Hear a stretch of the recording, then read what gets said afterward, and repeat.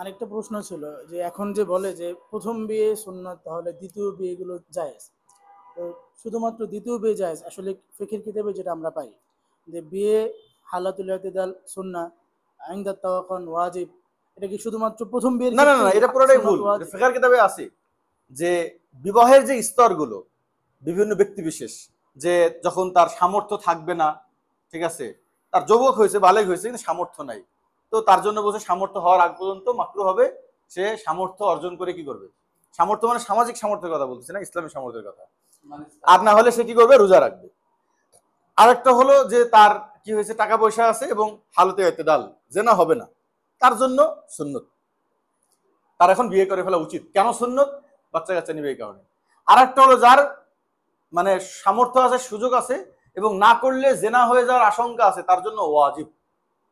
ঠিক আছে, ঠিক দ্বিতীয় বিয়েটাও এরকম, তৃতীয় বিয়ে, চতুর্থ বিয়েটাও এরকম, যে যদি আপনার দ্বিতীয় বিয়ে, প্রথম বিয়ে থাকার পরেও দেখা গেল দ্বিতীয় বিয়ের ক্ষেত্রে কারোর চাহিদা আছে যে আমি দ্বিতীয় বিয়ে করবো, কিন্তু সামর্থ্য নাই, বা তার সামর্থ্য বলতে ওটা না, ইনসাফ করার ইচ্ছা নাই, বুঝতে পারছেন, সে ইনসাফ করবে না, গোপনে রাখবে, বা সে কোনোরকম এক জায়গায় ফেলে রাখবে, কিছু টাকা দিবে, এভাবে চলে যাবে, হয়তো অনেক মেয়ে রাজিও হয়ে যাবে, এদের জন্য একাধিক বিবাহ করাটা মাকরু, হারাম না, গুনাহ হবে পরে, কিন্তু বিয়ের মাকরুটা হবে।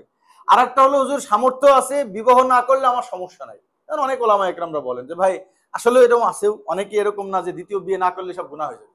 আমাদের দেশে অনেক সময় বলে না যে ভাই গুনাহ থেকে বাঁচার জন্য একাধিক বিবাহ। আমি সবাইকে বলি গুনাহ থেকে বাঁচার জন্য বিবাহ একাধিক বিবাহ কথাটা ভুল।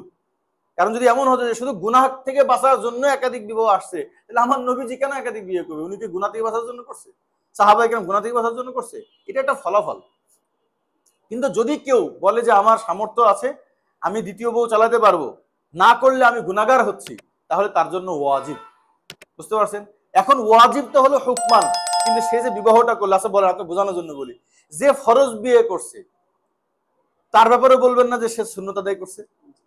কারণ ফরজ কারোর জন্য যদি বিবাহ করা কি হয়, ফরজ হয়, বুঝতে পারছেন, বিবাহ করা যদি কি হয় কারোর জন্য ফরজও হয়, তারপরেও সে এই কাজটা করার পরে বলা হবে কি, সে আল্লাহ রসুলের একটা সুন্নত পালন করছে, সে বিয়ে করছে, যদিও তার বিয়ে করাটা ওয়াজিব ছিল।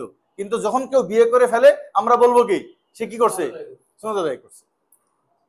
আরেকটা প্রশ্ন ছিল, যেমন আপনি বোঝানোর আরেকটা কথা বলি, সেটা হলো ধরেন কেউ যদি ওয়াজিব হোক আর নফল হোক, হজের ময়দানে গেলেই বলা হয় কেউ হজ করছে, হাজী সাহেব আল্লাহর মেহমান।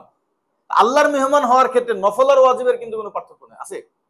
একজন ধরেন যে আল হুজ্জাজু জুয়ুফুর রহমান, হাজিরা আল্লাহর কি মেহমান, মানে কি যারা ফরজ হজ করতে গেছে তারা মেহমান, না যারা নফল করতেছে তারা মেহমান?